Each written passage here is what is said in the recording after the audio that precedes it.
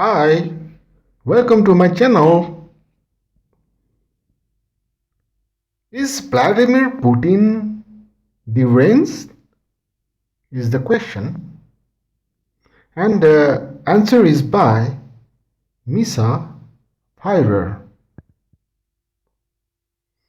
On the crack of dawn of 24 February 2022, Putin ordered invasion of Ukraine, making it abundantly clear that he is the first national leader in the modern history of Russia, in whatever form it has existed, that will leave the country economically, politically, culturally, emotionally, spiritually in a much worse shape that on the day he ascended to power almost a quarter of the century ago. A truly impressive achievement at the time when world's economy has grown twice in the same period. Putin lays blame on the invasion squarely on the shoulders of the regime in Ukraine and calls it a denazification special operation. Politically, this war will be writ in history textbooks as a perfidious attack on the sovereign nation Ukraine, prompted by Russian regime's imperial ambitions, kleptocratic tendencies, and personal animosities. Earlier today, I walked the streets of Moscow to gauge social reaction. My jubilations, no beaming faces, no high fives among strangers, proud in the fact that the neighboring nation will soon have all its Nazis exterminated. The normally worn-out faces of Muscovites have grown a darker shade of grey within a night. I practiced locking eyes with bus passengers, each avoided, in shame of being silent accomplice in the meaningless war against the formerly brotherly nation. An elderly passenger yelled at a man standing too close to the front door for blocking the view in the side mirror of the driver. The younger man started to argue, but sensing disapproval from seated men and women, switched to muttering under his breath. I could feel nervous discharges in the air of the people who have found themselves on the wrong side of history. Fucked again. I stopped to buy a cup of Americano.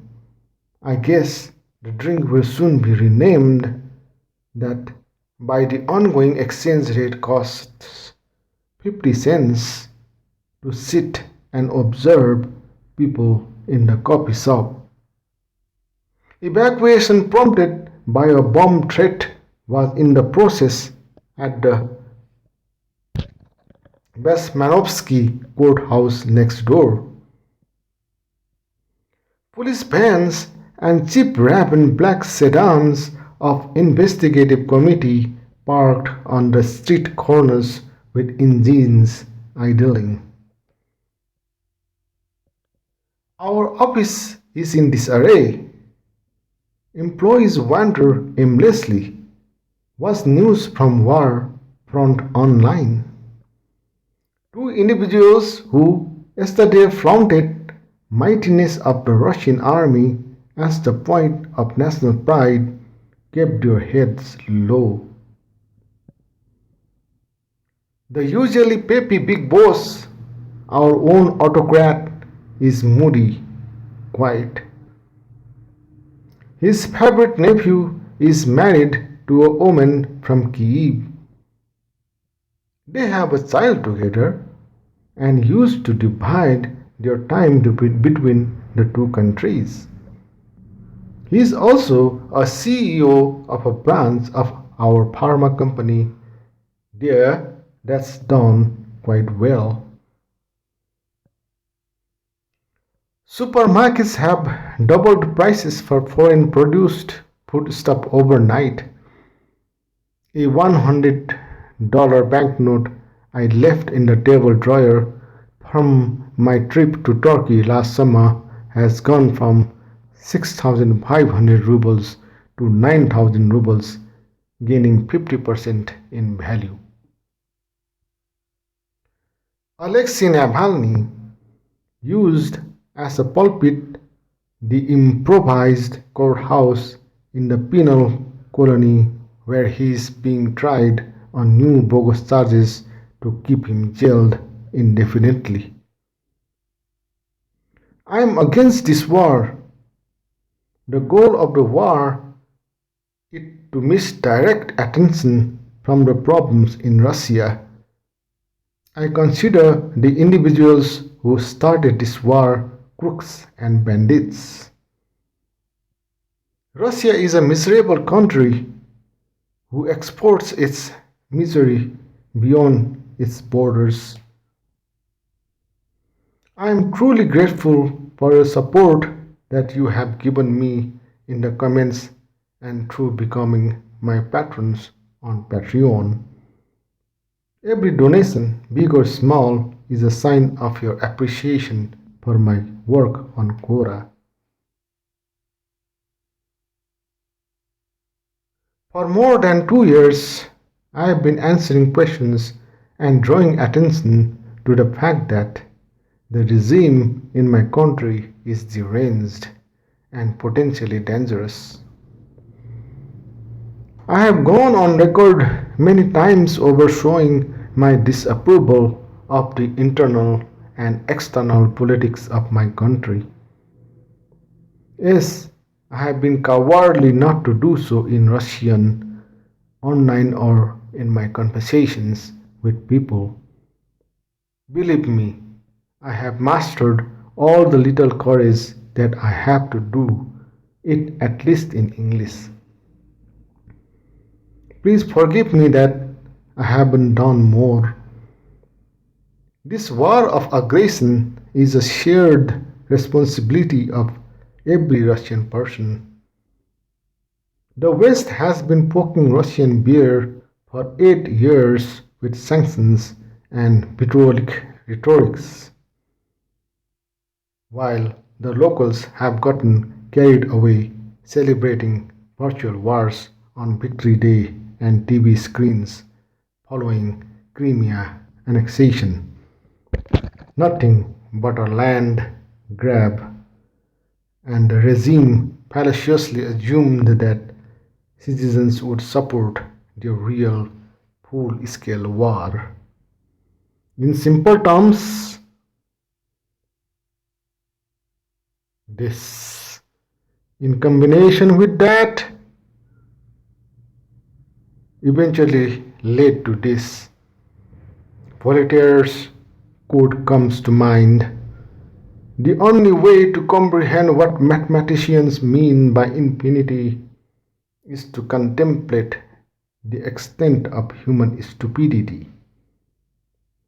Putin's trolls have been demoralizing social network users who post their anti-war sentiments.